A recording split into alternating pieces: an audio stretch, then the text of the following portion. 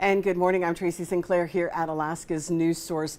And Alaskans tend to be pretty big travelers, and there have been some major changes recently with Alaska Airlines. The acquisition / merger with Hawaiian Airlines caused a little bit of consternation with the mileage program. There were looked at some good and some bad aspects of that. But now a new announcement has been made about the Alaska Airlines Mileage program. For many of us, this is a huge deal for us because we keep our miles from Alaska Airlines. So joining me today is travel expert Scott McMurren, and he is with Alaska Travelgram. Scott, you are the guy that knows and understands this all too well. Can you kind of give me an overview of some of the changes that we're seeing with the Alaska Airlines Mileage program? Sure, Tracy, great to see you. And yes, we're big travelers here in Alaska, and the Alaska Airlines Mileage Plan really is sort of, for many of us, a supplemental savings account. And so I will tell you a few of the things that are changing for 2025 that really caught my attention. The number one change, which I think is a really, really good thing, is that when you cash in your Alaska Airlines miles for a free trip, you'll now be able to earn elite qualifying miles on that free trip. So, for example, if you cash in 50,000 miles to go to, San Antonio or Washington, D.C. or Miami, Florida, then when you take that trip, you'll get to earn the 5,000 or 10,000 miles back. And that's a big, big deal because many of us we're always chasing that elite qualification of MVP Gold or what have you. And if we used our miles, then we wouldn't be able to, spin on the wheel toward that next shiny ring. But now that cuts that conflict out so you can earn and burn in both ways. You'll earn your elite qualifying miles. That's one thing. Then the other thing is, Alaska Airlines doesn't fly everywhere yet, okay? But they have a collection of partner airlines. Many of them are one world carriers, and then many of them are other outside the One World Alliance, including Condor, Icelandair, Air Tahiti Nui, people like that you can earn and burn on. Now, when you book your reservations at alaskaair.com for these partner airlines, you earn at least 100% elite qualifying miles. That's a big deal. There's a twist. If you choose to book those flights, for example, when I flew to Tanzania, I booked my Qatar Air flights at qatarair.com. I only got 50% elite qualifying miles. As it was, it didn't quite work out to book it at alaskaair.com, but if I had, I would have received 100% miles. Those two things, the partner airline 100% mileage accrual and the elite qualifying mileage accrual for award tickets are two of the standout items. There are some other ones. I want to get down the weeds a little bit. Alaska Airlines is throwing out some special prizes for people with as little as 10,000 elite qualifying miles. In other words, new people who are in on the program, get them some rewards right away. It's not huge. It's like free Wi-Fi for a flight, 750 bonus miles, a free meal on a flight, but it's a little token, So on your way to MVP and MVP Gold and so forth. So I have a couple questions about these. So it seems to me it's just been in the last couple of years that we've started hearing the term elite qualifying miles. I'm assuming that it's always been a thing, but we've just started hearing EQMs. And you're right, I am absolutely focused on getting to MVP every year. That is kind of my goal on Alaska Airlines. So that's my goal in life. Right. So now that you can get miles back when you use your when you pay for a ticket with miles, you actually get the miles for that flight. That is a big deal. You used to get that same thing when you did monies and miles, but they got rid of that just a couple months ago. Tracy, let go of that money and miles. It was a bad exchange rate anyway. So anyway, I'm sorry, didn't mean to interrupt you. That's actually what people told me, but I continued to do it because I was It's okay. I'm cheap. So the focus for Alaska Airlines, these seem to be good things for travelers. How is this helping the airline? Oh, that's simple. Alaska Airlines really is in the credit card business. They're really working for Bank of America, and they're the ones who issued the Alaska Airlines Visa card. And let me explain that. In the second quarter, like April, May, June, Bank of America paid Alaska Airlines $434 million in commissions. And to give you some perspective on that, during that same time period, Alaska Airlines net profit for the second quarter is $225 million about.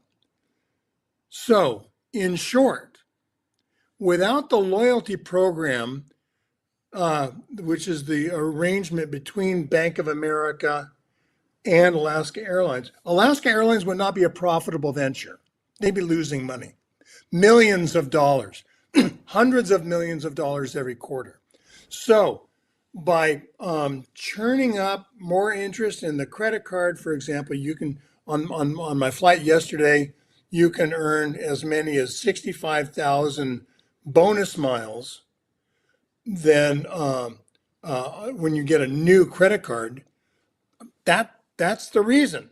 Alaska Airlines is really in the credit card business, and the airline is a vehicle for that. That is really amazing, because without that commission money from, as you said, from Bank of America, we would not be showing a profit on Alaska Airlines. Can I give you a follow-up on that? Please. To give you some perspective, Alaska Airlines is not alone in that. For example, during that same period, second quarter of 2024, Delta Airlines received $1.7 billion with a B from American Express in commissions for the same type of scheme with their Sky Miles program. So airlines in general are simply glamorous vehicles for credit card merchants, if I can be as clear as I can be. That is just amazing to me. One of the things we talked a couple months ago when we first heard about the Hawaii and Alaska merger going through, you talked, and your statement then, and I'm kind of hearing it now, but I would just want to clarify, your statement then for miles was earn and burn. With these new changes, is that still the attitude for you? Yes, it is. And let me tell you why. So part of my earn and burn recommendation had to do with, you just need to use these miles. You can't let them stack up because they're going to devalue. Now, with all these changes where they're churning out more miles and rewarding more miles for everything from your Lyft ride to GCI to shopping at cars to credit card, that means that the pool of miles is increasing, and you've got hyperinflation in terms of the number of miles it takes to get a trip. And that's only going to continue because frequent flyer miles are an unregulated shadow currency. And so the airlines and the banks can make amendments to that and change the rules at will. And so the amount of miles that it takes to get on the flight that you want, to go to the destination that you want, is, with very few exceptions, going up, up, up, up, up. And so to be clear, your miles are worth more today than they will be tomorrow. So earn and burn, people. Well, and that does make sense, because now with obviously more people with the Hawaiian Airlines also being part of the Alaska Airlines Mileage plan, and as you said, the ability to earn miles in bigger ways. Yeah. Those prices go up. Because I started using my miles after that last one. Good. And I'm so glad. I I'm so have glad, Tracy. as I think you've talked about, I basically have enough to get an emergency ticket if I suddenly need to go somewhere, and everything else I've been using. Because that's part of our, because here in Alaska, the Alaska Airlines Mileage Plan is a savings account for us. Exactly. That's how I'm using it right now. And we just have a few more minutes. I appreciate you giving us all this information about the changes to the Alaska Airlines program. Question I always like to ask you as we get into the winter season, your recommendations for travel, both in Alaska and outside of Alaska. What do you think? Well, you should take a look at that picture I sent you of Juneau yesterday. It was just a stellar. It's I did. really It's weird, beautiful. Tracy. It is beautiful. We've been having great weather in the fall, and but I will tell you, November, for example, it's a great time to visit our friends and neighbors down in Seattle to do a little holiday shopping, maybe see a show or a ball game. That's a great place to go. But then further in November really gets me thinking about family and making my plans for Thanksgiving. And if you haven't made your plans, you better get on it, because Thanksgiving weekend is the busiest travel time of the year. And so, Thanksgiving is an important family time. And so I'm thinking about, where I'm going to be with family on Thanksgiving. Yeah, I have actually the same. I looked at those prices right around Thanksgiving. Any time around the holidays, we start seeing those prices go up dramatically. So if people should get on those plans if they haven't done so. Yeah. And then for in-state, where's your recommendation besides that beautiful photo that you sent from Juneau? Where do you think people should be checking out Alaska right now? Well, I don't know about you, but the Northern Lights have been going crazy.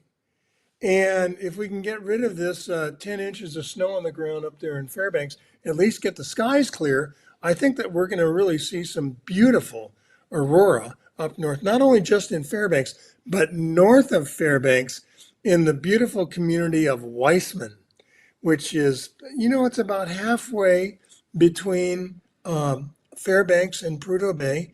And it's cold, but they have a little warming hut where you can warm up and drink some hot chocolate, and then go out and stand under the stars.